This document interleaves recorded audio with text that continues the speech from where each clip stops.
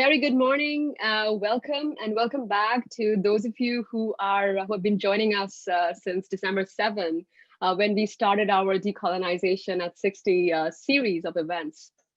So thank you for joining today for the final book talk, the final decolonization book talk hosted at Boston University's Pardee School of Global Studies.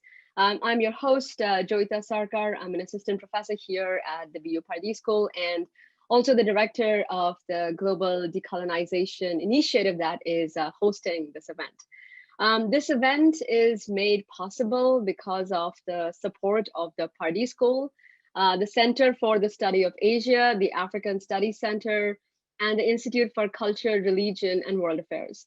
It is also co-sponsored by the Society for Advancing the History of South Asia. And we actually had the president, Michelle Lowrow, discussing her edited volume on December 7th on League Against Imperialism.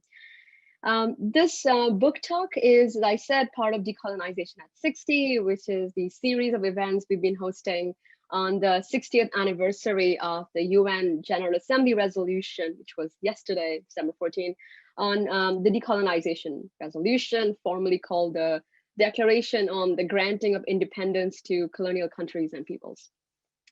So a quick point to all of you, we're about 16 of us. This event is being recorded and many of us cannot join, so for them it will be there. But if you do not wish to be recorded, then please mute your audio and video functions. Also during the Q&A, if you have questions but you do not wish to be recorded, send it in the chat to everyone and we will get to you before the end of our time. Great, so let's begin with the introductions. We are thrilled to have with us today three renowned historians. We have a terrific panel to discuss Professor Andrew Rotter's latest book. We all have a copy, Empires of the Senses, Bodily Encounters in Imperial India and the Philippines. It was published last year by Oxford University Press. I first met Andy at AHA several years back when I was a graduate student, and I was an anxious grad student in Geneva, and I had just finished reading his Comrades at Odds book, with United States and India, 1947 to 64. And as you might imagine, I was in awe of our author, and I was even more amazed at how down to earth he was. He just sat down, on the outskirts of a panel, just listened to my half-baked ideas from my dissertation work. So Andy, it's not just a delight to host you; it is really an honor to have you with us to host your book talk. Professor Andrew Rotter is Charles A. Dana Professor of History at Colgate University, where he has taught since 1988. Andy has published numerous books, including The Path to Vietnam, Comrades at Odds, Hiroshima, the World's Bomb, and most recently, Empires of the Senses, for which we are gathered here today. Next will be joining us imminently my dear colleague from BU. Sorry, I'm texting with Ben right now. He's got the time wrong. He's got it as 12 Eastern. So I'm going to try to see what's going on, but he had the wrong time. Oh, okay. So he will definitely join us in a bit. Thanks so much, Brooke. Hopefully, yes. So next is my dear colleague who will join us imminently. He's really coming in from Italy, and so there are some challenges there, time zone differences. And calculation of time zone differences. So Ben is assistant professor of history at Boston University, and his first book, Hungry Nation, published in 2018, interrogated the ways in which questions of food and scarcity structured Indian citizens' understanding of welfare and citizenship since independence. And his next book, Markets of Pain, a transnational history of the United States opioid crisis, is under contract to be published with Oxford. Finally, we have Professor Christopher Capozzola, who joins us, just across the Charles. Chris is professor of history at MIT, where he teaches courses in political and legal history, war and the military, and the history of international migration. His first book, Uncle Sam Wants You, World War I and the Making of Modern American Citizen, with Oxford, won the Lois P. Rudnick Book Prize of the New England American Studies Association. And his most recent book was published earlier this year, Bound by War, how the United States and the Philippines built America's first Pacific century. So I extend a warm welcome to all our panelists, and I also welcome all our audience who are joining us from multiple time zones and certainly historiographies, as I can see. So Andy will share his introductory remarks for about 20 minutes, and we'll move to Chris and then Ben, who will discuss Philippines and India respectively for about 15 minutes or so, and we have a lot of time for Q&A. With that, I turn it over to Professor Andrew Rotter. The floor is yours. Thank you, Jay. Thank you very much for inviting me to this session, and thank you all for coming. Jay, yeah, I remember well our first meeting. It was great fun talking to you about your work. Your excitement about it was infectious. Oh, not a word I want to use. Contagious. Oh, still not a word. And Chris, who's on record in print as saying this book stinks. Chris, some of you know, blurbed the book, and he said that, and I love that. It's my favorite blurb ever. I love that I got away with it. So.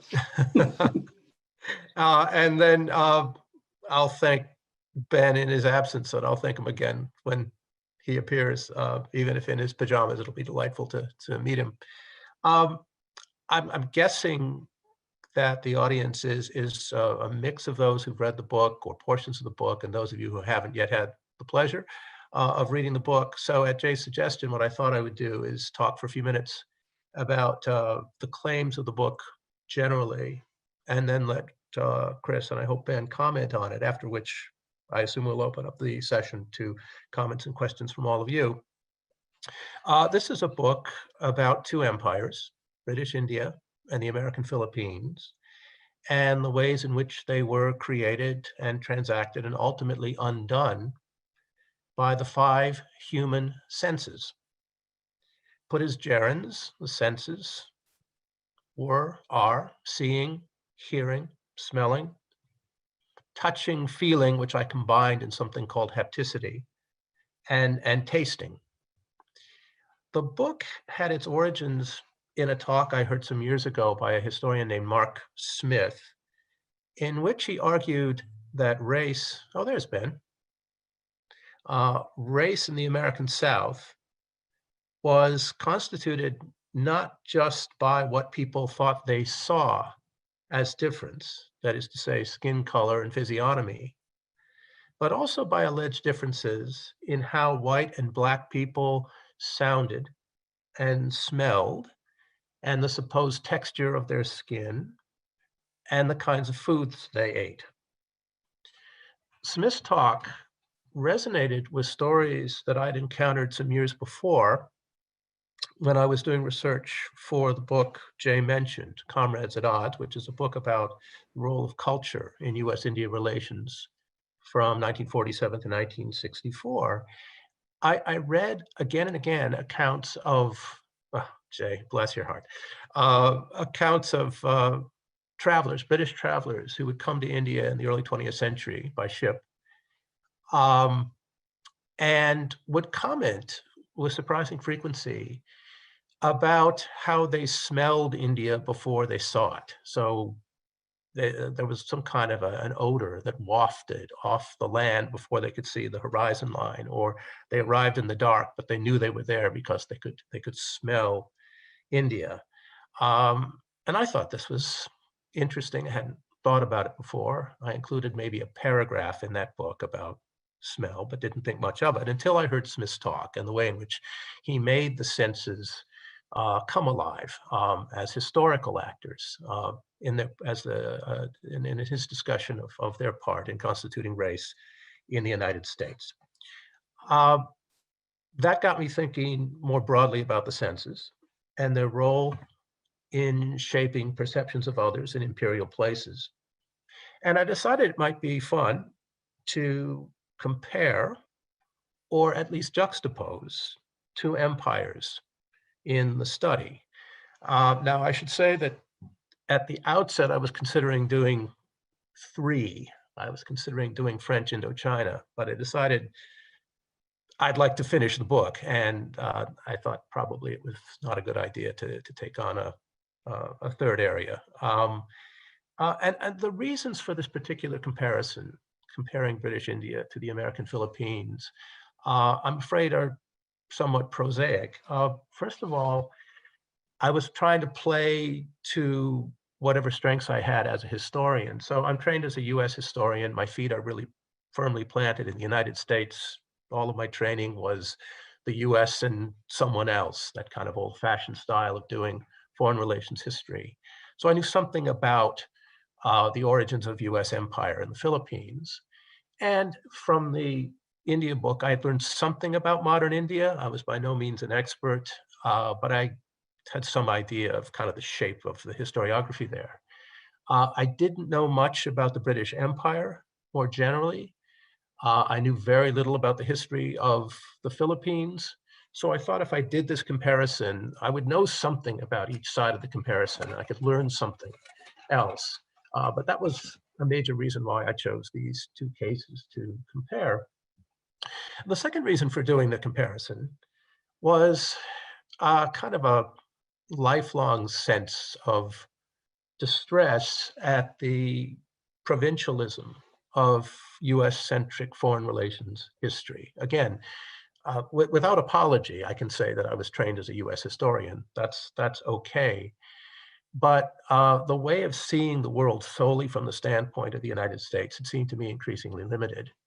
The other consequence of that was that, as many historians had for years argued, there was a widespread perception that the American empire was profoundly different from other empires, and that it had to be considered in a category of its own, that it came on reluctantly, it ended more quickly, it never took on the kinds of exactions that other empires did.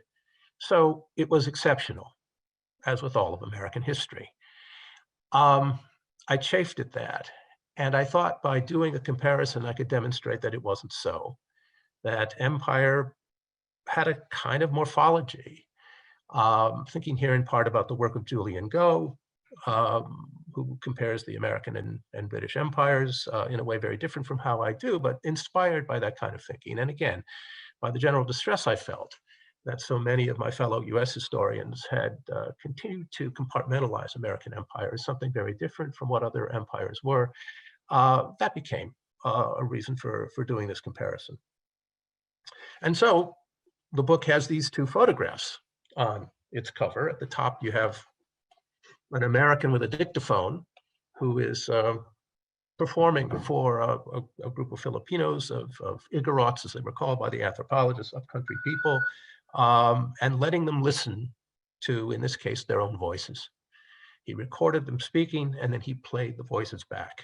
And of course, in his account, they were absolutely amazed by the sound of this. And then the photo in the lower portion of the cover, I really like covers, so I'm happy to show it off.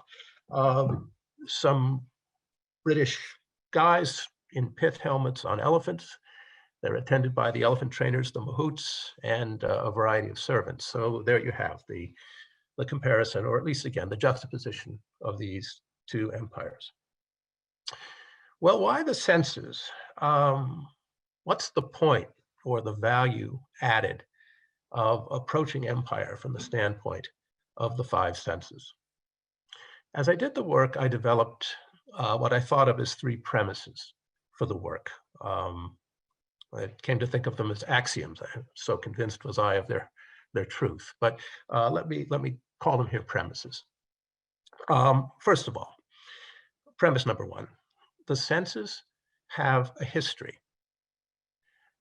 This was not always obvious, I think, to people, because the senses are, after all, in the first instance, physiological. So for sight, it has to do with the amount of light that comes in through your pupils and then to the optic nerve. For hearing, it has to do with sounds received through the ear as vibrations against bone and fluid and hair cells. Smell has to do with responses to chemical stimuli of the olfactory neurons and so on. But all of these physiological reactions are transmitted to the brain, which means, of course, that they get perceived interpreted, and reacted to emotionally. That means that the senses are not stable or static. How they work varies over time and across space. We like different smells, different tastes, even the feel of different kinds of air or fabric on our skins. So that's premise number one. The senses have a history. Premise number two, that the senses have much to do with our ideas about civilization. I devote a whole leggy chapter of the book to this issue, the senses and civilization.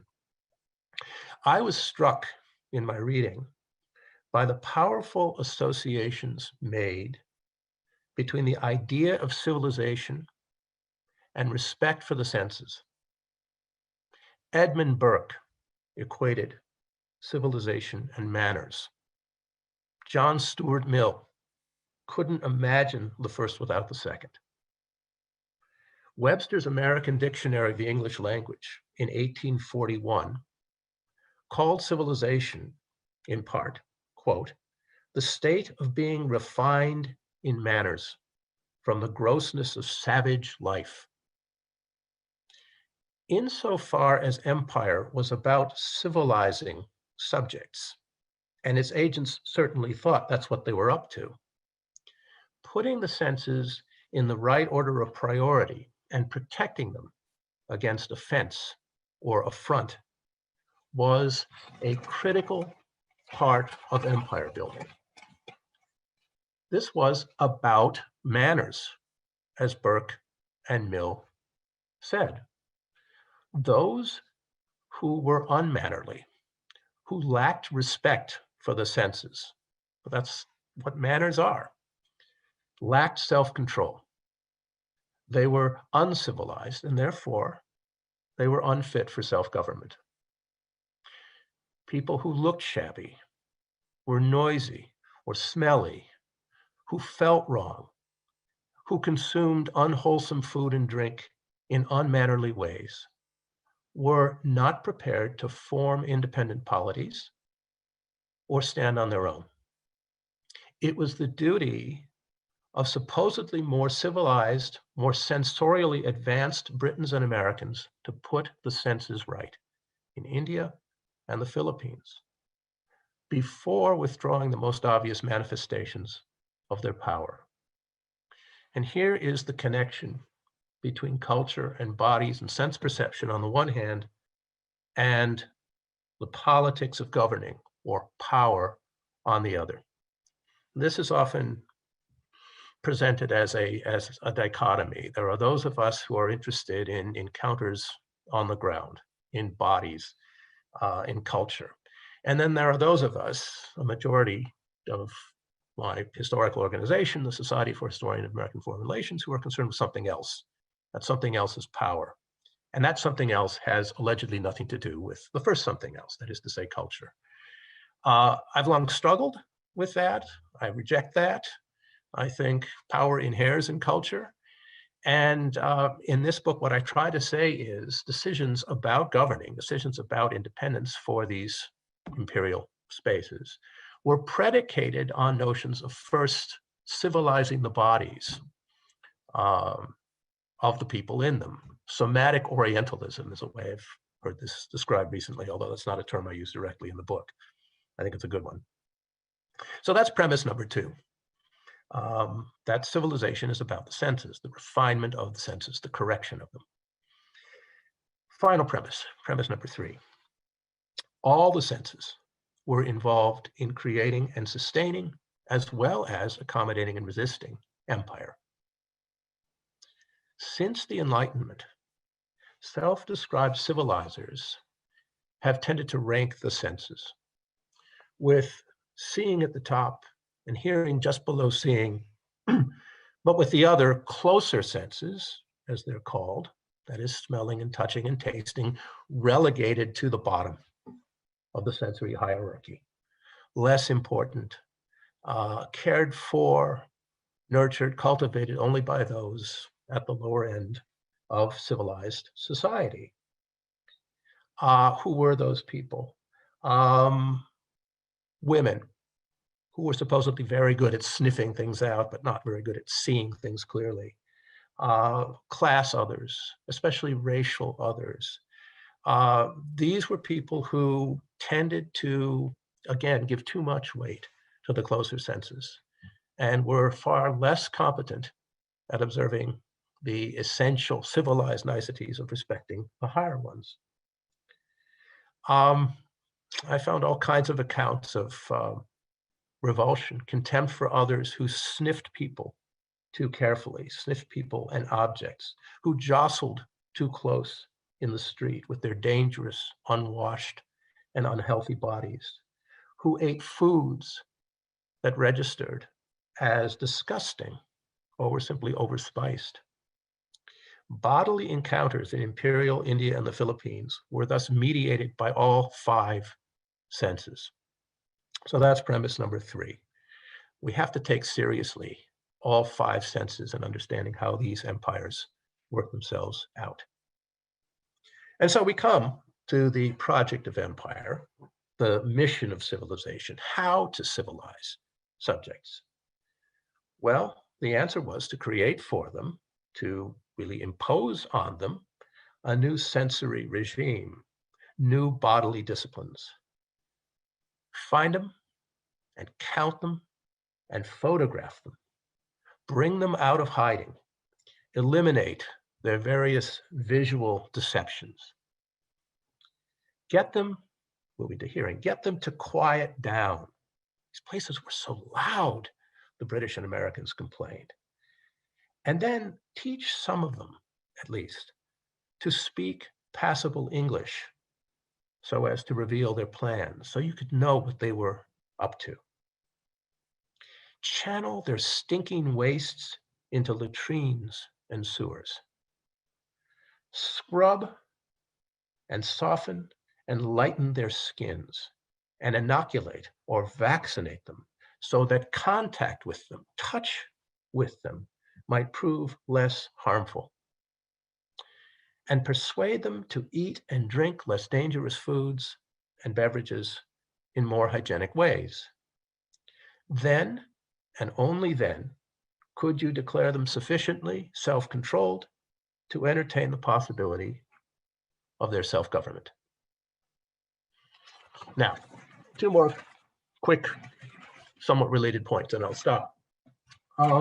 The efforts at sensory revision, the efforts at civilization, began at home.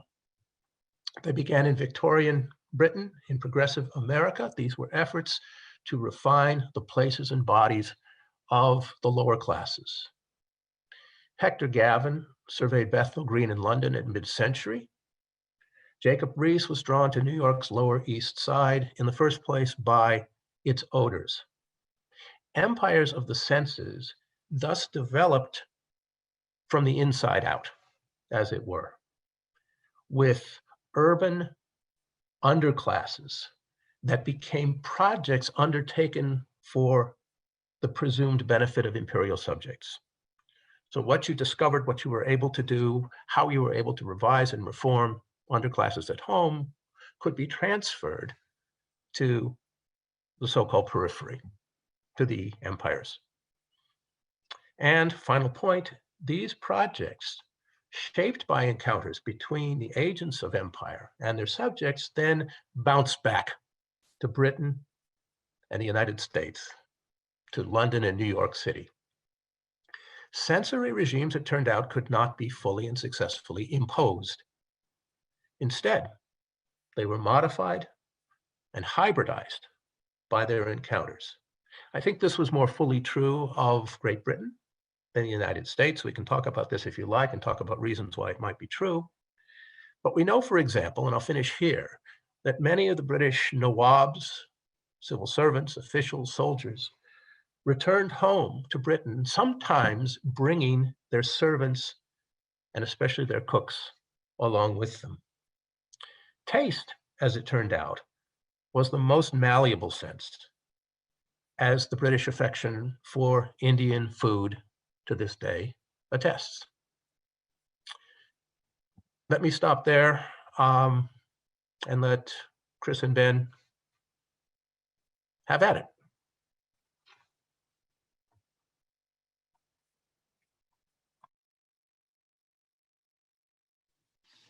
Jay, do you have a sense of which of us should go first?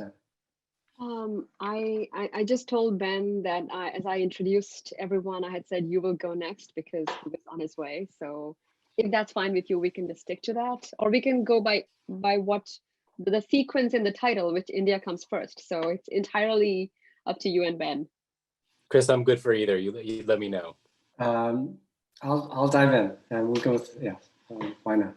So thanks to Jay for inviting me to be part of this, and of course thanks to Andy Rotter for writing this book and giving it to to the profession, to multiple historiographies, as a gift for contemplation and for inspiration. So I want to talk a little bit about both of those, like what we get from it and then where we go from it after this point.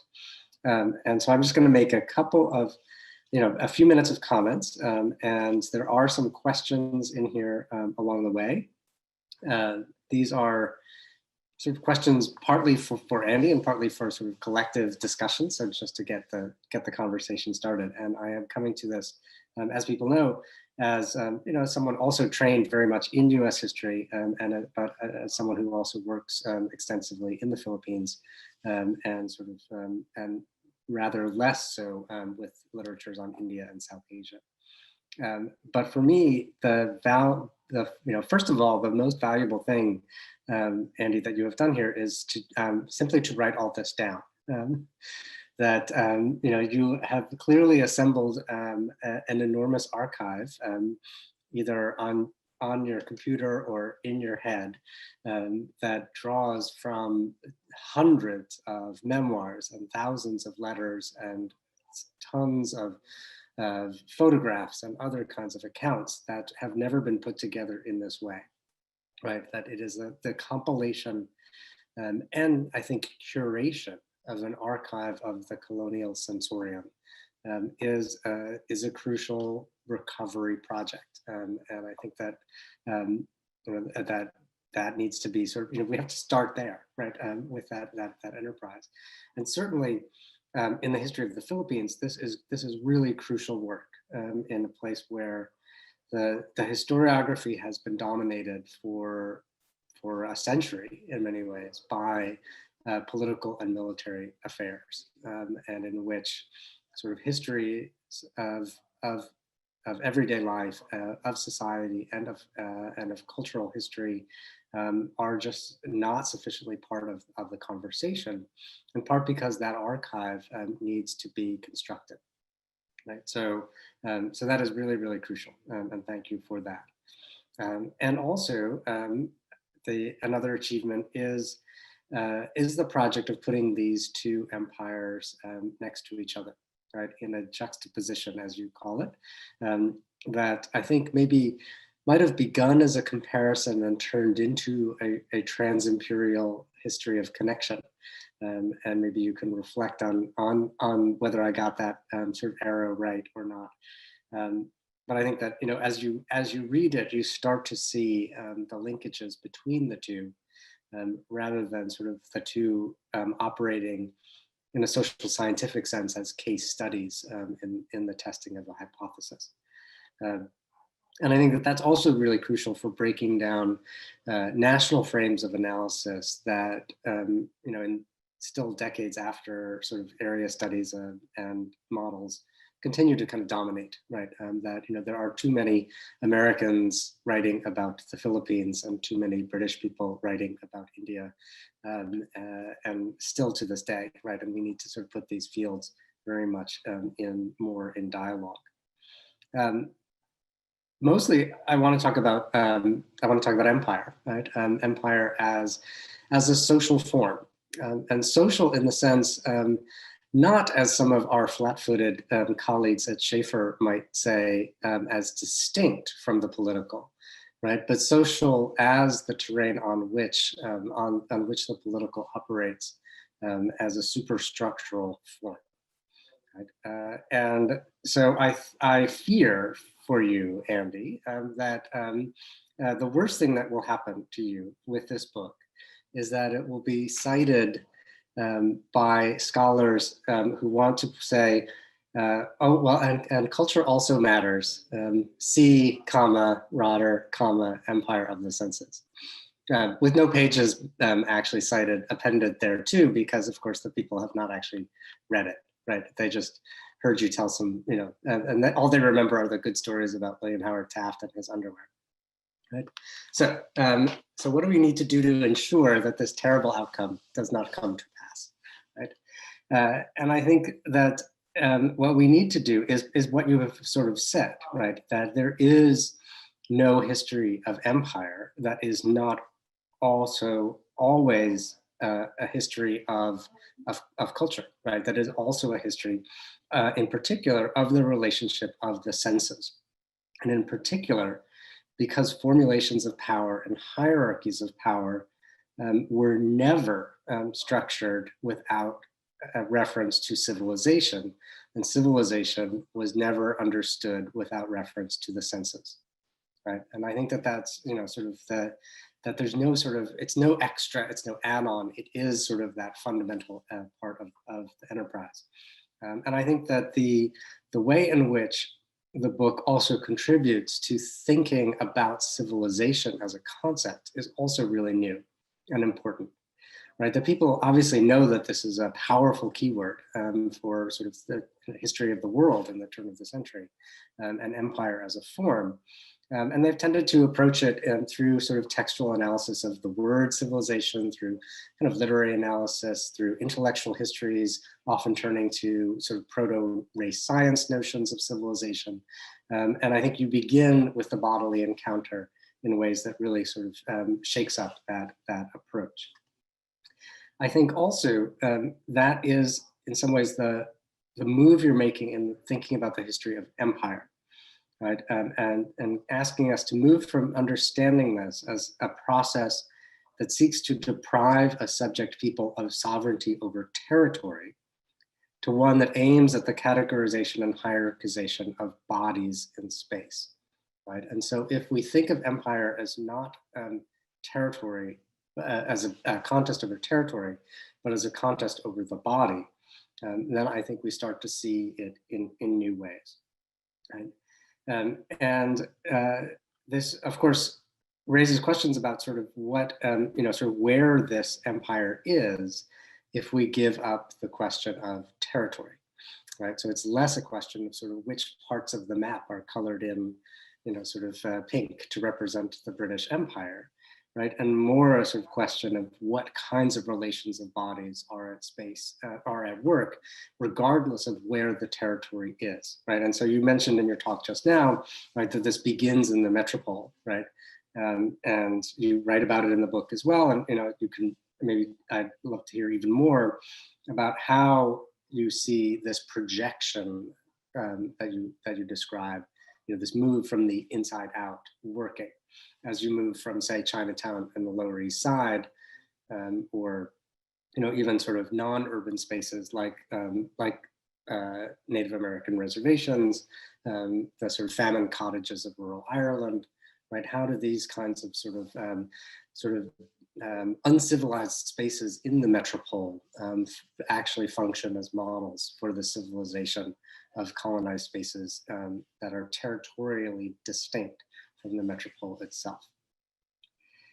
All right, and then a question is about where the history of the senses as forms that change over time intersects with the history of empire as a form that changes over time, right? So, so in that sense, there, you know, it's to me, I was wondering as I was reading this, is this actually, does it aim at a history of empire, or does empire just simply happen to be the dominant form of global political organization during the phase in the history of the senses to which this book is primarily addressed?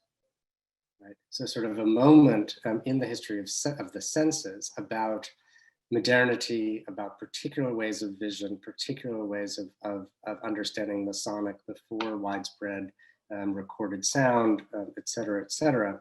And that's a moment that you see as sort of as kind of an inflection point in the history of the senses.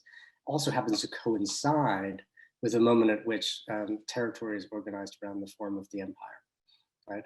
Or is it that you're after empire and senses is a good path into it, right? So sort of basically like opening up the hood of the book, trying to figure out how the motor runs here, right? So just to make, to turn that into a question, would a book called Democracies of the Senses read any differently? Right? Would it be written any differently? Would a book called Nation States of the Senses be different, and both in terms of its archive and in terms of its methods? Another way of thinking about this is to shift the chronology, right? So I found myself wondering how reading this book would help me understand the 21st century US empire, right? A world of biometric surveillance, sonic torture at Guantanamo Bay, bomb sniffing dogs at the border, the call to prayer that no Iraq movie can be without, and of course of drone warfare, in which the haptic experience consists of gripping a joystick in a bunker in Nebraska and never touching the body of the enemy. Now, I think that you would ask us to begin with those bodily encounters, right? But if we do that in 2020 instead of 1920, what's the same and what's different? And then one last question, specific to the context of a global decolonization seminar, is to ask what it would mean to decolonize the empires of the senses. And I think you get at this in your last chapter, and wonder if maybe, so I'll just push you here and say maybe there's not enough in your chapter on decolonization. And you can think of sort of multiple ways in which the empire of the senses could be resisted, right? One would be a very James C. Scott sort of approach of sort of tracking, like, who are the people who are, who are resisting, who are continuing to smell, who are disrupting the empire by smelling and shouting and all the rest. Or you could do a sort of Ann Stoler sort of approach and sort of imagine, like, track where the anxieties of the colonizers about their own civilization. And I think you sort of do that over the course of the book. I think what you turn to in the chapter and in your writings on food as well, you write really touchingly about the transformative power of the intimacy of eating. But there's, I think, an implicit sense there that more cosmopolitanism is better, right? That culinary cosmopolitanism is a sort of is a step toward a decolonization, and I'm wondering if maybe that is maybe a little too hopeful, right? In a writing, right? So as Henry Yu famously put it in the 2003 essay in the American Historical Review, right? Tiger Woods is not the end of history, right? And in that sense, sort of Indian food in Britain will not save us, right? And I would end actually in some ways, if we ended the book with the proliferation of Jollibee restaurants in the Middle East, right? In Saudi Arabia and Kuwait, and also briefly in Iraq, where this Filipino fast food chain serves comfort food to contract workers recruited as part of the Philippines' contribution to the Coalition of the Willing. Right? Here we see a very different kind of sort of history of sort of crossings of culture and food that I think makes us see that empire persists in new ways in the 21st century.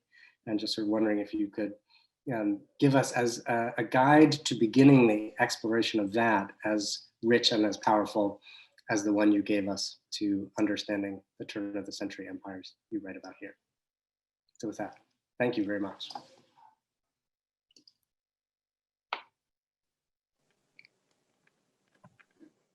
Thank you. Jay, do you want to have Ben go next? Yeah, I think Yeah. it's best that And then I'll Ben goes next, and then you respond, and I could Good. collect some questions from the audience in the meantime. I think that's, Right. that could work. Okay. Great. Chris, that's a tough act to follow. My apologies for showing up late. That was 50% technical glitch and 50% central nervous system glitch and about 100% 2020 behavior. So thanks for bearing with me. And thanks, Jay, and the Global Decolonization Initiative for the opportunity to say a couple of words about this just astonishingly evocative book. It came out well before our particular epidemiological moment, but reading it has been a real rare pleasure in a year that has not given too many of them. One of the treats of reading Empires of the Senses is that it's actually a sensuous experience. Much of the book's core explorations are around questions of violence and power and domination, but like the best fiction, its writing very frequently transports us and vividly to the material experiences of imperialism in India and the Philippines. And I think Chris said this really nicely, that merely the act of putting this all together and creating a textual record would have been work enough, but it goes much beyond this. And I'll come back to that in a moment, but just some brief contextualization. Andy Rauter, of course, is one of our field's great comparativists. He's someone whose scholarship first always makes you feel pretty inadequate for not pressing as far into the archives or the ideas as he has. And then after you've recovered, inspires you to push your own work a little bit wider and further. And I'm comforted to know and to hear that introduction that the book has been a long time coming. Its genesis was that provocation that came in the pages of Diplomatic History about 10 years ago, which put together the experiences of Britons in India and Americans in the Philippines for the first time. And Andy, I don't know if you mentioned this beforehand, but of course you were exploring the intersection of optics and empire well before that. In your review essay on Saidism Without Said, which was published in 2000 in the AHR, presages many of the questions that Empires of the Senses takes on in earnest. That piece, and perhaps Comrades at Odds, hints at, I think, that notion of somatic Orientalism mentioned earlier, maybe about 20 years before that particular term. So Andy Rauter's undertaken this comparative effort to resounding effect, and I can't really imagine a student of imperialism or the colonial world, or hopefully a student of diplomatic history, who undertaking her work without first taking in the lessons of Empires of the Senses. It's a book that, for its focus on the epistemic and material violence done in the name of perception, brings alive many of the sensory experiences of markets and meals, of flesh, roads and dust, clubs and private homes, and the smells, sights, touches, and taste which constituted, in a literal sense, these empires. And it's a reminder, like so much of your work, that culture, and maybe even, as you mentioned, physiology as it's translated and remade into culture, is never epiphenomenal to the making of power, but really constitutive of it. So this is a project with very little precedent. South Asianists have produced a rich scholarship on the visual idioms of empire, and they've generally focused on questions of photography and cartographic knowledge in the late 19th century. And I see a few art historians here, and that's a field that's been really instrumental in bringing those questions forward. And to a lesser extent, scholars like Parama Roy or Lizzie Collingham have foregrounded some of the elementary forms or the gustatory forms of empire making and empire contesting. And there's a few post-colonial historians of South Asia who are now considering sound and its circulations in particularly newly independent India and Pakistan. But Empires of the Senses represents a much larger and more encompassing project, where James Scott and many scholars of imperial knowledge have asked us to see like colonial states. Andy Rauter instead urges us to remember that the entire human sensorium was engaged in the acts of making and accommodating and resisting empire. And departing from more familiar terrain, so the placemaking of colonial violence and the efforts of Americans and Britons to make their subjects visible, legible, and visually respectable, he asks us to then bring in the rest of that sensorium. So what did colonial administrators hear in their new spaces of empire? And how did they work to make their subjects quiet down or speak in respectable English or turn untrammeled noise into dulcet sound instead? Likewise, smell is cast as this civilizing infrastructure of the colonial project, and it frames the putrefaction that imperialists saw in India and China as this dispositive odor of unpacified lands. The book also offers us this notion of haptic imperialism, not merely the notion that colonial lands and people were to be held and grasped and gripped, but that skin itself, perceptive, thin and coarse, dark or light, clear or diseased, was this determinative membrane by which civilization itself could be marked. And then he turns his attention to the gustatory experiences of empire, locating us in the changing registers of anxiety which surrounded the eating of a mango or a pineapple or a meal of rice, or imperial fears of what lurked inside a native kitchen. Empires of the Senses ends with a postscript outlining how the sensory landscapes of India and the Philippines had been, in fact, actually transformed by empire. And that's a subject that I want to return to in just a minute. But I want to add first that Empire of the Senses, I think, is the first book which brings to the imperial world a set of concerns around bodily experience and governance that mostly has been the domain of early modern historians instead. And so I'm thinking here of work like Rebecca Earle's studies of foodways and bodies in colonial Spanish America, or David Abulafia's account of senses in Atlantic encounters, or even David Barnes' accounts of smell and disease in 19th century France. It's a little bit later. And so that itself is a really just major intervention for us. As a historian who's worked on food and famines, I'm gonna have to really restrain myself from not digging into that one deeper. So if there's time, I wanna come back to that later. And I also have a question that I want to ask, if there is time, about the intersections of emotion as opposed to feeling, because I think that's something that is in the background of the book, and maybe there will be time to come back to that later. But I want to focus my question here broadly on the afterlives of sense in the post-colonial world. And more specifically, I want to talk briefly about eating rats. And if that phrase or that idea called up something strong inside you, like a sense of revulsion, I'd also refer you to the second chapter of this book on the colonial origins of politeness and taste and distinction, which Andy underplayed earlier, and it's just a really superlative primer that stands incredibly by itself. But let me offer a little bit of context about that idea of eating rats. About 20 years ago, the Bihari politician Lalu Prasad Yadav, who was one of India's most formidable populists of the pre-Narendra Modi era, began speaking pretty constantly with reporters about the merits of rat eating. Lalu is a physically imposing politician. He's now in the late stages of kidney failure, and his career has been marked by controversy, corruption, and stints alternately between prison and government. And at this moment, again, around the turn of the millennia, he seemed to take great delight in regaling English and proper Hindi-speaking reporters about how the best ways to catch and prepare a rat. He recalled how as a child he learned to trap those animals, pulling off inedible skin, and then marinating them afterwards in green chilies and salt. And after you could roast them, you could put a coal in their abdomens, and the result, Lalu always used to say, was delicious.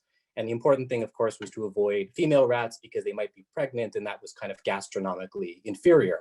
And I'll read that as Lalu making a case for his own gustatory discernment. So Lalu made his career as a populist of the rat-eating vein. And it telegraphed to politicians in Delhi who had to contend with him just how far he had been raised from the capital's imperial boulevards and air-conditioned ministries. And this conceit wasn't always conveyed in such a deliberately unappetizing manner. Lalu's self-projection was that of a rustic, and he conveyed it to his constituents, to Delhi politicians, and national reporters in what I now realize are haptic and olfactory and gustatory terms. He was born into a family of cowherds. He would always recall the sensory experiences of leashing cattle as a boy, of blackening logs for slate and that smell, and of deceiving urban customers who believed that fresh milk's barnyard tinge was a defect. He'd dilute it with water and then trick officers and merchants into believing that it was the real thing. And I want to ask Chris if we could read Rodrigo Duarte in the Philippines as kind of a similar or a parallel, a politician operating in kind of parallel lines. And so Lalu also remained attentive to the haptic mystique or the sensory mystique of governance throughout his entire career. And at the risk of a very boring personal aside, when I went to India for the first time as an 18-year-old, I was on a train ride through Bihar, and I had a cup of tea that was served in a really rustic, but what I thought was kind of a beautiful, small, unfinished clay cup, and was meant to be jettisoned and thrown out on the railway tracks afterwards. And it was only afterwards that a friend explained to me that these cups were the norm in Lalu's province of Bihar, where he had legislated their use in place of plastic to keep pot throwers employed. And it was only while reading this book that I realized that the haptic qualities of that cup might have actually been just as important or as constitutive of a gesture. But Lalu, I don't think, was the first politician who laid claims to an alternate sensory reading of India. India's Anglophone elite were the inheritors, or maybe the custodians, of the haptic and olfactory and visual and gustatory idioms of empire. I think it wasn't for nothing that Nehru described himself as the last Englishman to rule India, his Congress cap and his vest and his Sherwani and rose notwithstanding. And anyone who spent time in rarefied Delhi spaces in particular, in the Golf Club, in the India International Center, the Press Club, even a Connaught Place arcade, or who spent a weekend in Shimla or another hill station in India, will recognize that that aesthetic legacy isn't wholly dead. And I think India's passive revolution and the sensory forms of that passive revolution are encapsulated really neatly in those spaces. But since the 50s, there have been also alternate, what I now think are sensory readings of India that politicians have leveraged or deployed in service of different visions of governance and political life. Towards the end of the 1950s, urban free marketers made common cause with landed farmers and the ascendant Hindu right to advocate for the allegedly intertwined interests of all three. And that project failed, but maybe in part because the sensory worlds of those groups meshed poorly with one another. Much more successful was the first encroach of India's lower castes and rural politicians into Delhi in the 1980s with the rise of the New Farmers Movement, which cast divergent political ends in sensorial terms. One of the most powerful leaders of that movement, Sharad Joshi, who's now mostly been forgotten, cast urban India against rural Bharat in this kind of sensory idiom. He said in a 1981 speech that Indian children take Ovaltine and toast for breakfast, they don uniforms and they go to costly schools for an Indian education, whereas the children of Bharat munch a morsel of stale bakri like a rustic flatbread. They kill their hunger with a mug full of water, they pick up a stick and go out to tend animals. I think the ends of Narendra Modi's Hindu majoritarian project have been starkly different from this, but he too has known the value of the bodily and the sensorial, from rustic descriptions of selling tea as a child to his demonstrative performance of yoga asanas and hilltop cave meditation to this new quarantine beard that he's grown meant to evoke the saintly idiom of Indian politics. It's a really awful beard, as an aside. I think there's this frisson even beyond the sensorial accounts of urban India's colonial legacy and rural Bharat unbound. Even now as we talk, the largest strike in human history is occurring in India, with farmers protesting against an agricultural bill that would deal an even greater set of blows to the agricultural sector than it's experienced over the last several decades. But a sensorial reading of that strike offers immense new analytic possibilities. Simply the marshaling of human bodies, of noise, heat, smell, crowds against the backdrop of a pandemic is worth considering against that longer imperial drive for order, visibility, and sedentary productivity. But I think there's also other possibilities at work. The Indian media and Indian Twitter has zeroed in over the last couple of weeks on the emergence of what they're calling pizza langars in the protest. And traditionally, a langar is a Sikh or a Punjabi public feeding kitchen, and it offers free meals to anyone who comes. But the langar, which serves usually chapati and rice and dal, is ill-suited to big, massive assemblies of this size. And farmers have been setting up langars serving Indianified pizzas, which have the advantage of being mobile and traveling quickly through crowds. And urban right-wingers have responded with umbrage, declaring that farmers' embrace of pizza negates their claims to a kind of rustic authenticity. But as one farmer tweeted this week, taking us maybe a little bit full circle, no one cared when the farmers were forced to eat rats, but all hell breaks loose when they start to eat pizza. So let me leave this as kind of an open-ended question for our group. And I think this resonates with what Chris was asking, at least partially. How do we trace the afterlives of the sensorial project of imperialism into this post-colonial context, where the lines of civilization and the uncivilized fray and braid along different political affinities? And what would it mean to do these kind of post-imperial histories of the senses, or to imbue our histories of political economy in the 20th century or the 21st century with this kind of new attentiveness towards the human sensorium? And again, I think that's the same question that Chris was asking earlier about what the book called Democracies of the Senses would look like and what it would do, or what the sensory history of the 21st century may begin to look like. I'll save those other questions for later if we have time, but I'll just leave us by saying how much I think Empires of the Senses gives us just such a new impetus to take on these questions and put them in our own work. So again, thank you for this, and I'll leave it there. Great. Thank you so much, Ben and Chris. Andy, back to you to respond to what Chris and Ben said. And to all the audience, if you have questions, please raise your blue hand and I'll call on you. And if you would like to not be recorded, just write and I'll also read out your questions. Great, thank you. What a wonderful pair of comments. Extraordinarily generous, combined with such excellent questions, most of which I haven't thought of, or have no idea how to answer, but they're just a wonderful way to keep thinking about these themes for all of us. But let me try a few of them.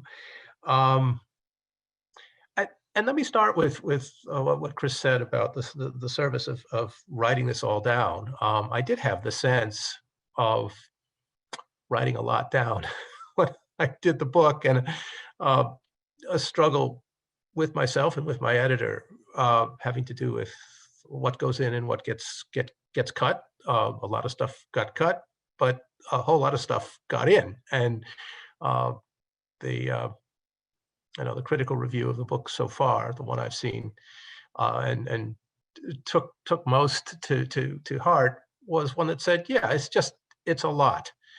It is a lot. I had the sense in doing it, and in making these arguments to my editor, a sense that because it all felt pretty new, I wanted to just err on the side of inclusion. Which is a very self-indulgent way to think, and yet one that I think corresponds to what Chris and Ben said, that this is just not something that people have thought about before. This hasn't been done before, and therefore, on the one hand, I wanted to put as many examples in as I could, in order to say, yes, this is a real thing. Please believe me, it's true that this matters. I think all of us. It's kind of an undergraduate tick, but all of us have that tendency to, include as much as possible in order to demonstrate beyond any shadow of a doubt that what we're saying is right. So it does feel that way, at least in terms of kind of evidentiary load. But at the same time, and perhaps paradoxically, it leaves off, and both of you adverted to this, with a full consideration of what came at the end. The last chapter, as Chris says, is a little thin. It doesn't go into the post-colonial, as both of you pointed out. That was done partly because I felt the need of a narrative arc, and I always feel that need when I write. But I felt it especially here because of the woolly nature of the subject, and again, my tick toward inclusiveness. I wanted to come to a finish, and all finishes, like all beginnings, I suppose, are arbitrary. I had to just kind of close my eyes and point to a spot where I would finish, and so that's where I finished. Again, conscious that I'd loaded the reader with so many examples that the reader's patience was probably exhausted at that point. So that explains the relatively slim conclusion. And not just its slimness, but its contrived neatness. It does feel a little too neat to say, Ben, I think you said that this was kind of a success, that the regime of the census changed in these places, that those who were in charge of changing the censory regime could pronounce themselves satisfied that things had taken place that they wished to have take place, and that these people, the Indians and the Filipinos, were now sufficiently capable of governing themselves. For those who haven't read that last chapter, it begins with a kind of confession, which is to say, look, I know that empire didn't end because the Americans in the Philippines and the British in India said, oh, well, now they all eat with forks and knives, and most of them use toilets, and some of them speak English, and they're no longer deceiving us optically. They're no longer hiding from us. We have revealed them. We have counted them, all the ways in which they tried to change these censory regimes. There were lots of really good reasons that have nothing to do with the census to explain the timing of the departures of the US in 1946 and the British in 1947. Something else I say is that these were not complete departures.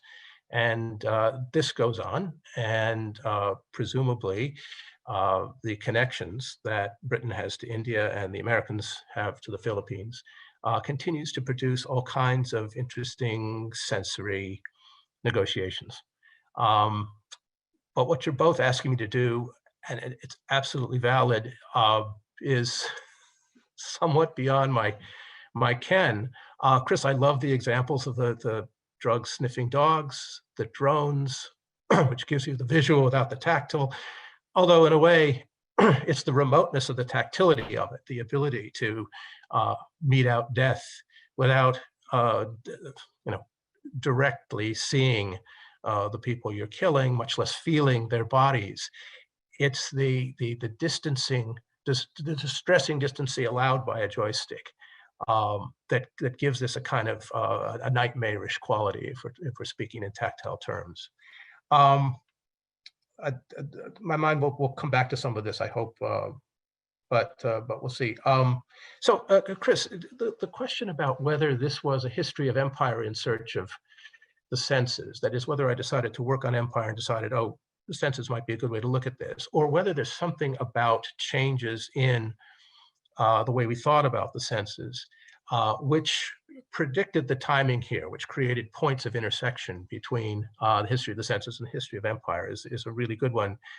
I do think that, and I refer to this very briefly in the book, that there are shifts, important shifts in the way we're thinking about the census in the late 19th and early 20th centuries. And again, we're talking in awfully broad terms here.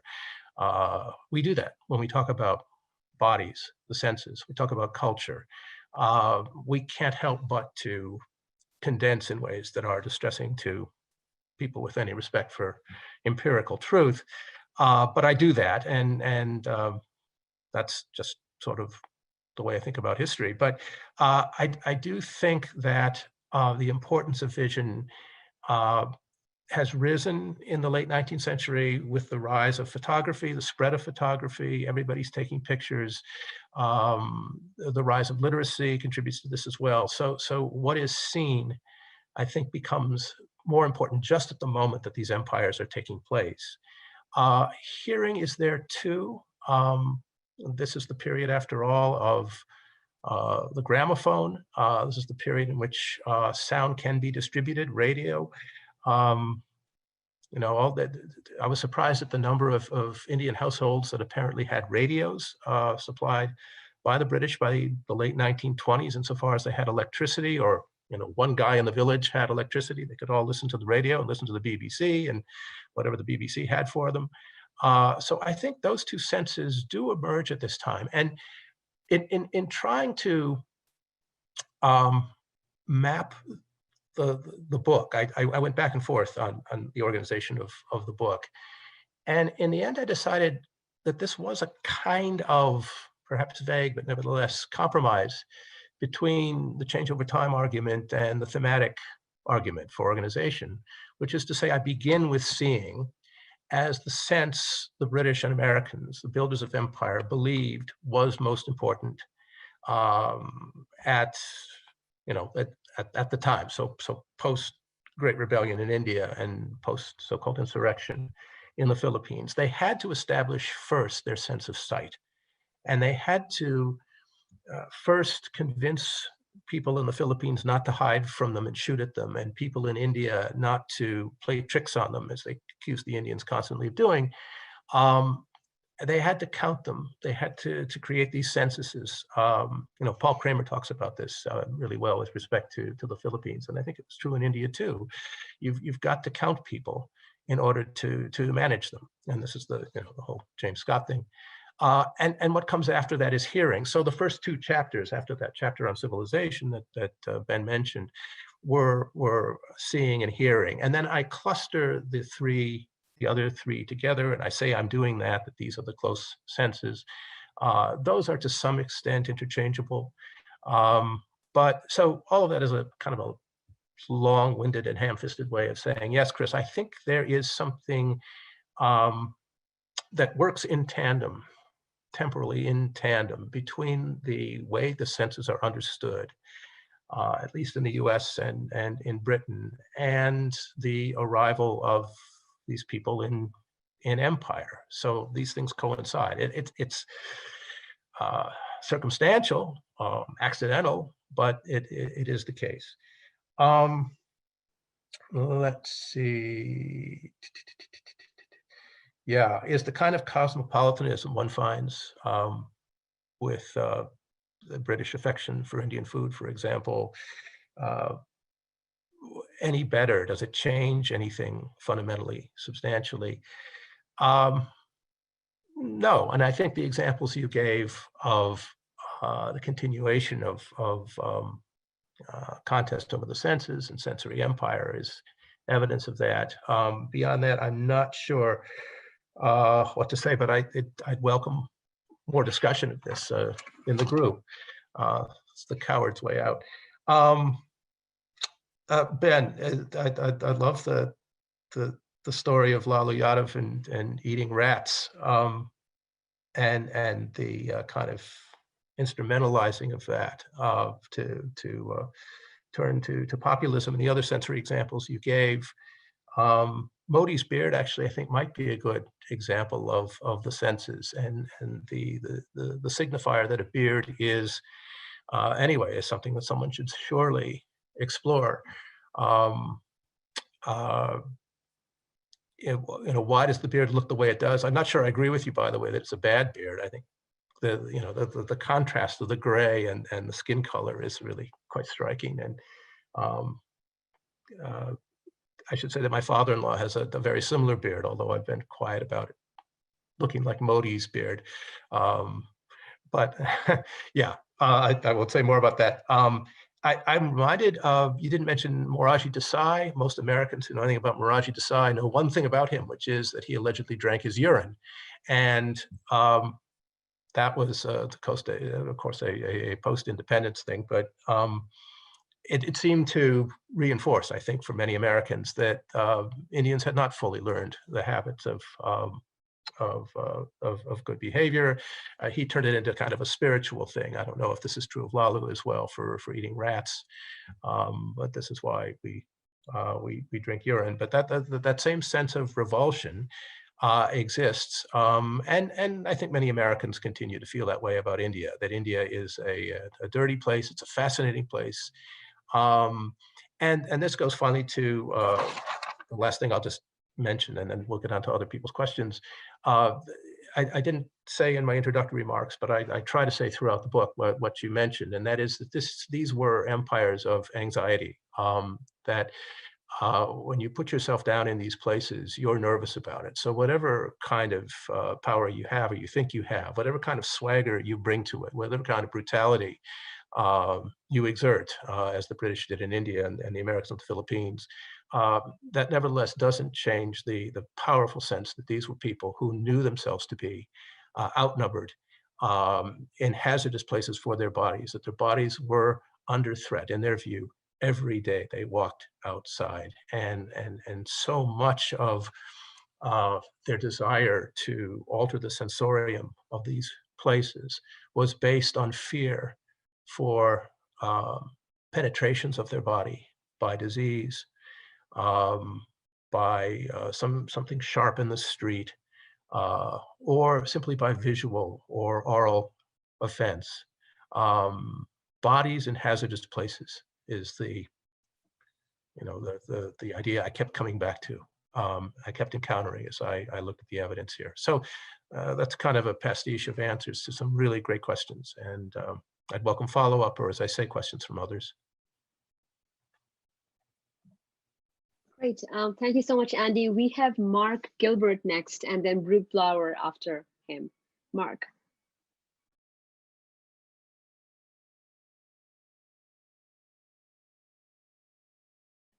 Mark, you're muted.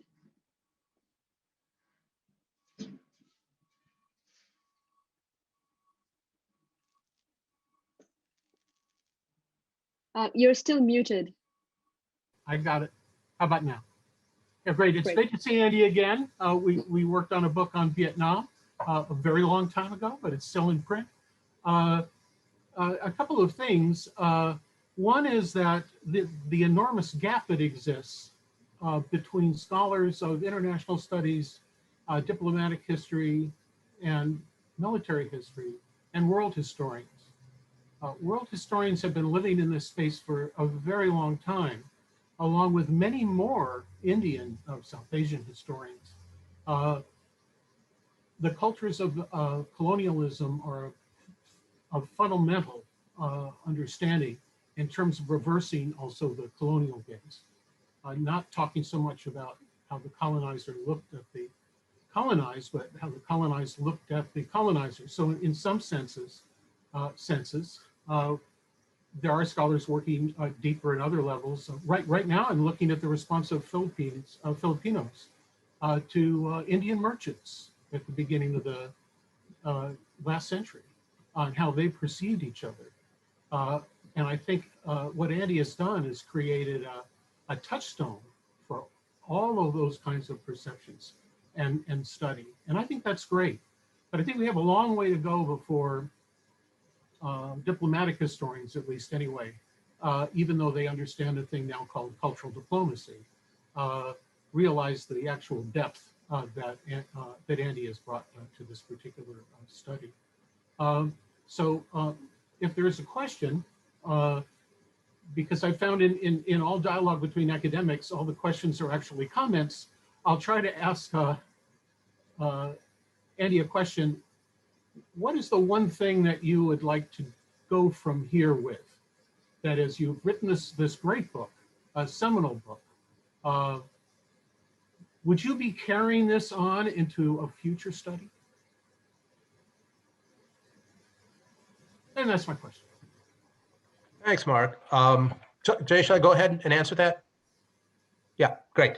That's good to see you. Just, yeah, a couple of quick comments. As you said, a long way to go before diplomatic historians sort of get this. Maybe, I'd like to think it's changing. I think the book is perplexing to a lot of the people I kind of came up with, are very nice in a general way, but I think don't quite see how to fit this into their categories, which is okay. I've always decided that, always thought that being, provocative was in some ways even more exciting than being right. Someone who accuses me of making a mistake doesn't bother me. If someone says it's sort of boring, that hurts. But no one said that, really. So that's good. I would like to think, Mark, that the field, our fellow members of the Society for Historians of American Foreign Relations have changed quite a bit, and I think they're more open than they might have been previously to cultural interpretations. But that leads me to my response to your question, which is, what do I do next?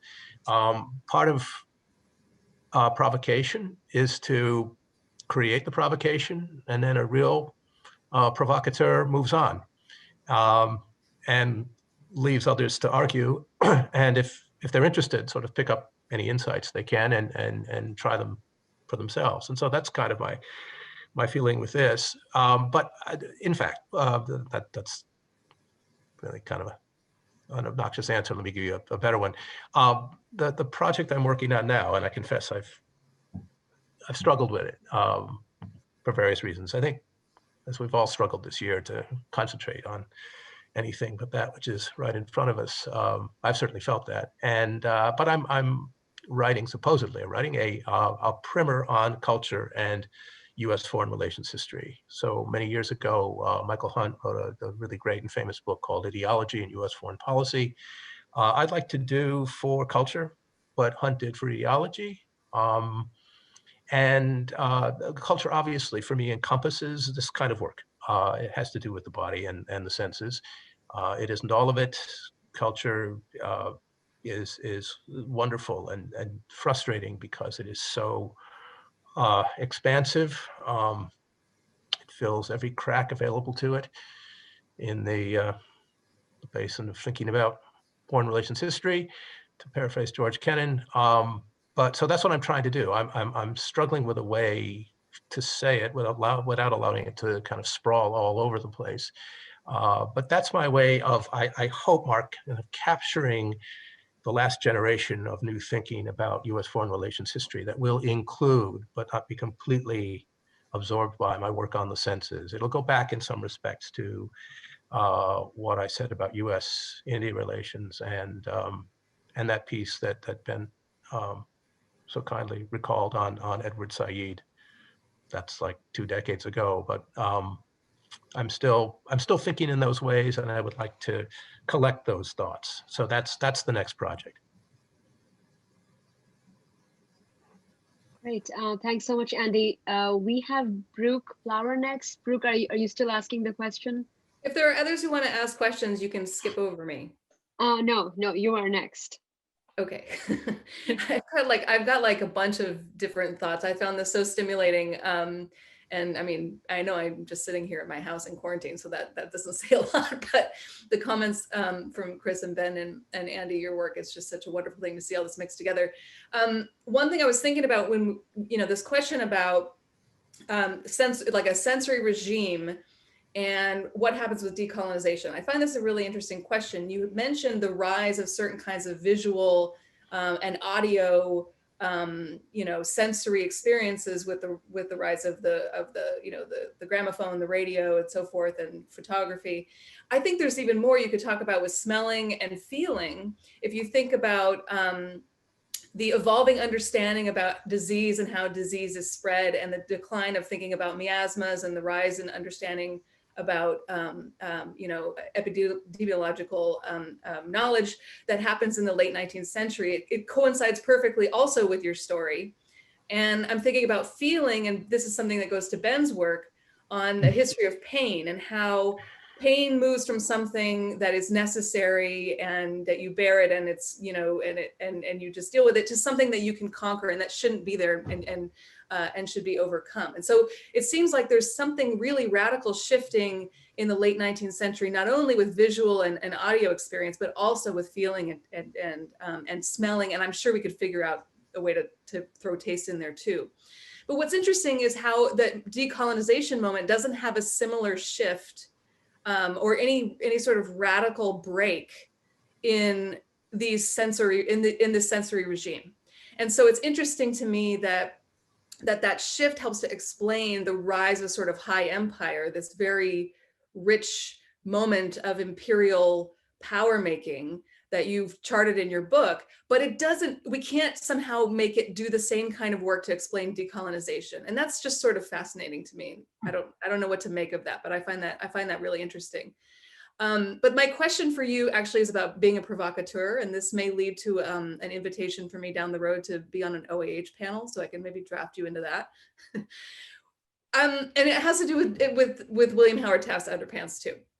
What is the purpose of grossing out your readers? You said you want to be a provocateur, and your work really is a kind of visceral experience for readers. And one thing that I'm wrestling with in my own work is the role of, really evocative passages on things that can be very unsettling or disturbing. And this could extend to, how we depict violence in our histories, or how we depict, disgusting things, or how we depict, say sexual assault.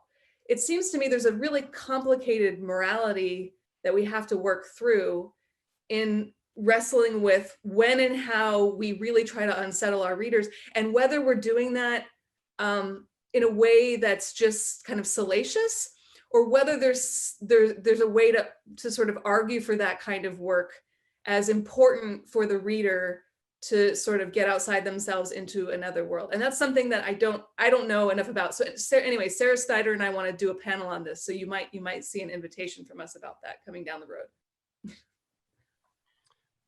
Thanks, Brooke. I'd accept that invitation. I think that'd be a lot of fun. So to your first point, yeah, I did mention it in response to Chris and Ben, but it is absolutely the case that things change with regard to the other senses in the late 19th century as well, and what you say about the shift to germ theory, which comes, to my surprise, less kind of completely and immediately as you might suppose that these discoveries are made. They seem absolutely solid, Pasteur and Cook and Haffkine and all of them figure out that bacteria cause many of these problems, and you can solve these problems by not drinking tainted water. Or there are vaccinations or inoculations you can give for various kinds of diseases that are common in tropical areas. And the first thing to do is persuade people that this is okay to do. And a lot of that has to do with touch. Who does the vaccinating? Who does the inoculating? Do they trust, think about current debates, do they trust, white men who don't speak their language, who don't come from their place, who don't know their lives, to give them a fairly sizable shot? And when I say a shot, I don't mean a little disposable syringe with a small needle. I mean, in many cases, the kind of treatment that even the British, one of the guys doing it, admitted was rather heroic, as he put it. The kind of gouging of the skin that had to take place to introduce the variola, whatever it was, against whatever disease. They were all slightly different, but this had to take place. So there's a lot of conflict in the area of touch, and people would run away rather than get vaccinated. So, the British and the Americans understood that this was true, and the Americans, I think, in many ways, following the British in this, moved to use so-called native nurses or doctors to do the actual vaccinating, figuring that they would inspire more trust. This was further complicated by caste issues in India, not quite so serious in the Philippines, but there's that. As for smell, you mentioned miasma. They do understand on a certain level that smell doesn't create disease by the late 19th century, and yet it's very difficult for them to get to that place, to say for sure that that's true. The earlier belief was the miasma itself, and that is the odor associated with miasma, actually created the illness. They now say, well, that's not true, perhaps that's not true, but if you smell that bad smell, you are still likely to get sick, that the smell is associated with the disease, even if it doesn't cause it. So that doesn't go away altogether. But to some extent, the British and Americans say, look, people who are still so backward as to imagine that smell is important really need to change their way of thinking. So you're right, Brooke, and thanks for that, the sensory regime or the sensory episteme, or whatever big word we want to give it, changes in other ways as well. As hearing and seeing become more important, some of these other senses become more debased in the eyes of Westerners. The purpose of grossing out your reader, I guess I would make a distinction, that's such a wonderful way to put it, between grossing out my reader and voyeurism. Maybe not. I mean, I hadn't thought about it this way before, but maybe what you're suggesting is that when I'm writing about bad smells or the gouging of the body, I'm talking about disgust. But when you're talking about rape, when you're talking about race stuff, violence, then that crosses other lines for me. That does seem to me something different, more sensitive, more problematic. I have a friend who teaches in Canada who is a Native American historian, and he started a book on the Green River killings some years ago, and got some court records that people hadn't seen before, and some very powerful testimony about this. This is a guy who was killing women, many Native American women, and got away with it for years and years and years. And he said at some point in his work, he had to stop. He couldn't do it anymore because it was, in his view, inherently exploitive to go on, even to depict in the most,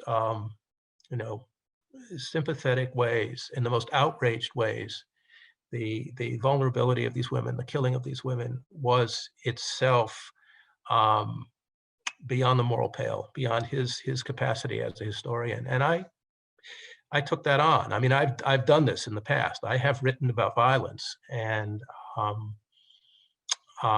it made me think a lot about that aspect of my work, the kind of language I use, the kind of language I evoked.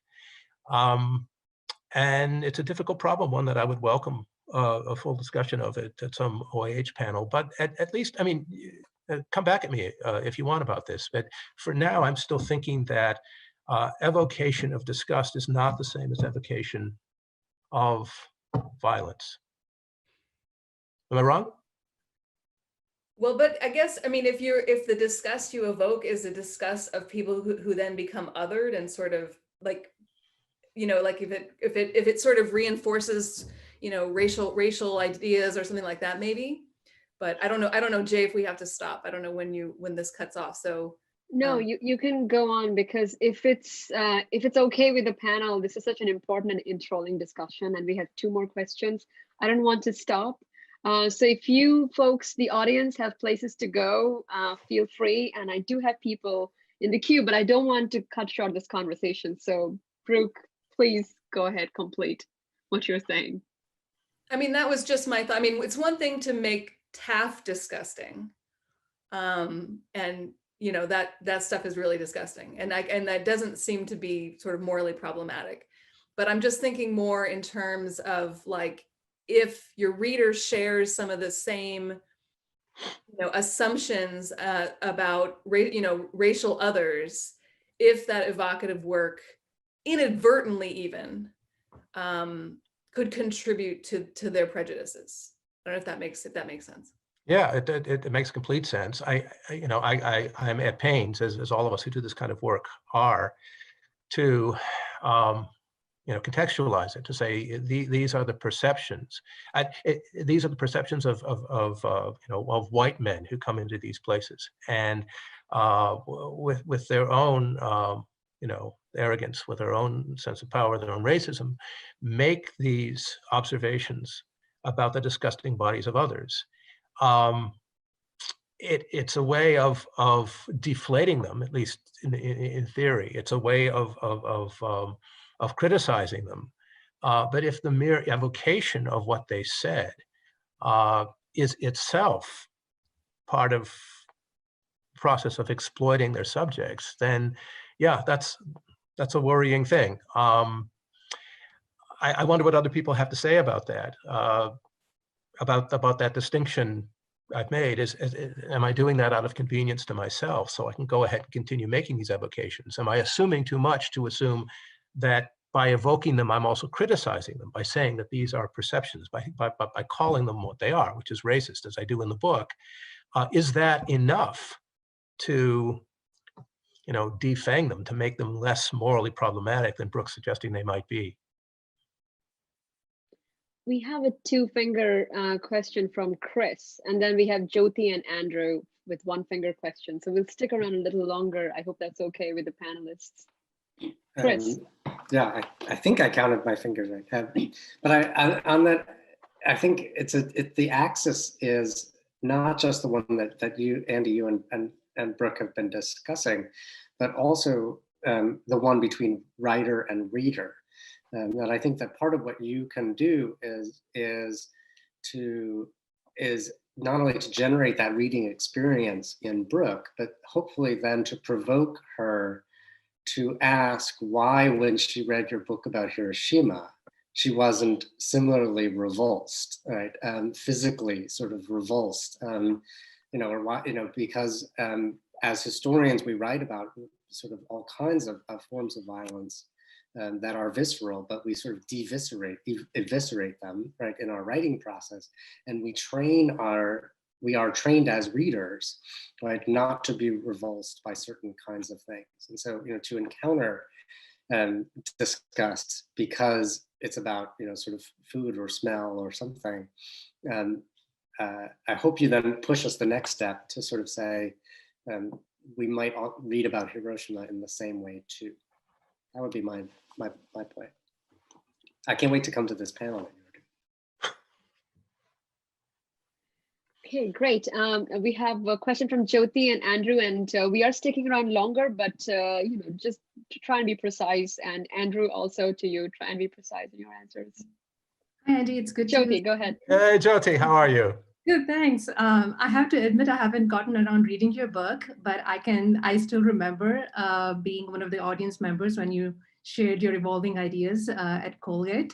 So I have a couple of things I wanted to ask, one of which you kind of alluded to, so I'm not sure if you want to necessarily talk about that, but it was about these ideas of local ideas of purity and pollution, which the British encountered. And as we're talking about disciplining of senses by the British, or structuring of these senses in particular ways, I was thinking of how those local ideas intersect with what the British try to do. Clearly, they're not completely able to displace them. So, what are the limitations of disciplining senses in the empire? That was one question that I had in mind. And the other one was, and as you know, this is not the world that I work on. I'm somebody who does medieval and early modern South Asia. But I was wondering, by the time you come to the mid-19th century, there's at least a 2-century-old corpus, historical corpus, writings about this part of the world that have been generated by all kinds of Europeans. And I was wondering to what extent that understanding and that knowledge informs the ideas about the senses at this time. I mean, are people do they come with preconceived notions of what they're going to encounter? And then those personal encounters reinforce what they had already read about India, or is it something different? So just those two questions. Thank you. Sure. Thanks, Jyoti. Yeah, I did just in response to the first question. Yeah, absolutely. That they are, the British are vexed by what they see as various caste conflicts and limitations, all of which they're more than happy to exacerbate themselves, as you know, having to do with purity and pollution. But this means that the sort of relatively high caste Indians with whom the British have most of their encounter have their own ideas about what's allowed and what isn't, and especially in terms of commensality of eating together, and touch, and so how they regard the British is rather, half the book, or I wish it could be half the book. I have less on it than I wish I did, just for lack of sources. But this often comes together at these great banquets that the British have, and you get plenty of commentary about how the British go away from these banquets hosted by Maharajas and things, laughing to themselves or sickened by what they see as the practices of these sort of jokey recapitulations of how the meals were served and how everything was in the wrong dish and how it all came out at the same time, and you never do that, you serve courses. So there's all that criticism of various Indian practices. But the Indians are appalled by any number of things the British do that violate their sense of what is polluting behavior and what is and what isn't polluting behavior. And certainly the British practices having to do with the toilet have much to do with it, and British practices of bathing do too. First of all, the British don't bathe nearly as often as the Indians do, and the Indians think the British should. And second, they bathe in such a way as to immerse them for a time in the same still water, which can't possibly make them clean. If you're going to be clean, you're going to be in rushing water. Everyone knows that. That only makes good sense. And so this is a constant back and forth. And I do, as I say, I include as much of this as possible. Some of it comes from more sympathetic British sources, but it is clear enough. I should say too that one of the things I do in the book to try to get at some of this is to read anthropology. This is something I've done for some years. And I mean, if you think, Mark, that diplomatic historians are sort of messed up about their, their way forward, read some anthropology sometime. I mean, these people are just at a sort of paralysis of guilt about positionality and subjectivity and gazing at the other and all kinds of stuff. So, but anyway, I mean, you can read a lot of what I find to be fascinating sort of ethnography about India and the Philippines that as a historian, as an outsider, I find myself willing to trust in ways that perhaps anthropologists aren't. So that's some of it. And then the second question, preconceived notions. Yes, they do come with preconceived notions, but what they say again and again, we're speaking mostly of the British in India here, they're not quite prepared for what they see as, what they describe as the assault on their senses. They can read whatever they read, and they do read a lot, and not everything they read is critical of India or Indians. I mean, there's this whole, kind of Orientalist corpus that developed in Britain in the 18th and 19th centuries that says, this was a great civilization. It could be a great civilization again. In the end, that's the basis of deciding that it's worth the effort. As mean-spirited and cruel and blundering as the effort toward civilization was, it was based on the premise that it could work, that these were people who were susceptible to change, who could be reformed, or at least some segment of them could be reformed. And so they come with that. But the sensory stuff is much more immediate and, to use a word I think Chris and Ben both used, visceral. And they'll often say, I heard what this was like, but you can't know until you're here. You can't know until you experience it. And so much of it is encounter in sort of bare life in the tropics as they see it. The tropics are terrifying to them. The size of the insects, the depth and the smell of the mud, all of that stuff is deeply experiential and can't be conveyed by anything they would have read before they got there. Thanks so much, Andy. We have one last question from Andrew. Thank you so much, Dr. Rotter, for this fascinating talk and for generously agreeing to stay on a little bit longer for us. My question's really quick, and the answer might be pretty straightforward in that, the point of your book is in part to be a provocateur and to provoke us to think about these larger questions. But I guess my question is, how might this story change if we looked at other spaces of colonial comparison? So you have two really good examples, and it helps that you have a very clear endpoint for them with India and the Philippines, which become independent nations within about 13 months of each other.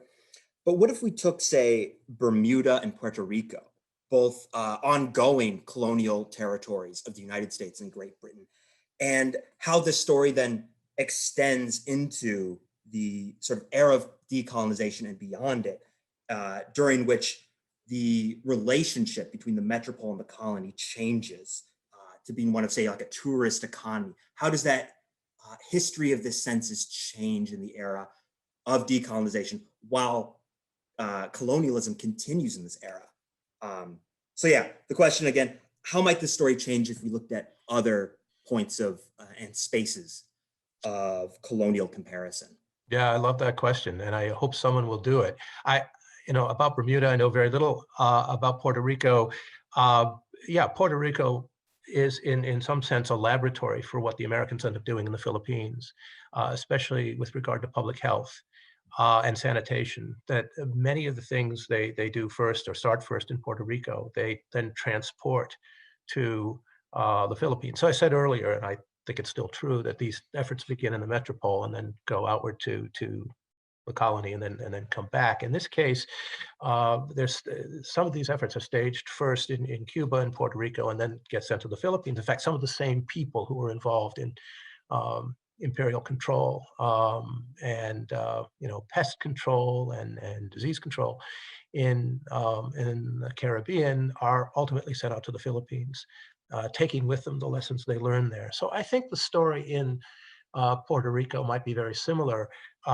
What you raise about these becoming tourist economies is, a really fascinating difference that I'm just not prepared to guess about. Except to say that one would think that in the service of bringing people to Puerto Rico, and Dennis Merrill has written about this in interesting ways about tourism in Puerto Rico, you want to downplay the smells of the place, the seeming awfulness, the tropicality of it, the danger, the threat that a place like this would hold, and talk about the exotic beauty of it, the tradition of it, the opportunities there, the beaches, all of those things. And to some extent, this happens, of course, in India and the Philippines as well. But I would guess the emphasis would be even more strongly to try to erase a past of sensory revulsion in tourist spots like Puerto Rico and Bermuda. But great question. Sounds like an article for Modern American History to me. Brooke. Great, wonderful. Thank you so much. Now, thanks to our panelists, thanks to our author, thanks to the audience. This was an extremely enthralling conversation. So please join me in thanking Andrew, Chris, and Ben. We can use the reactions here. We can do the physical applause because we are not together in the same space. Thank you all. And if you have not seen it in the chat, we are going to meet again as a work in progress seminar in March, which actually Andrew is one of our presenters, and he finished a brilliant PhD under Brooke just a few months ago. So thank you, everybody. I hope to see some of you in March. And until next time, stay safe and bye. Bye. Thank you. See you later, everybody. Thank you. Thanks, Jay, Ben, Chris, especially. It was just great. Indeed.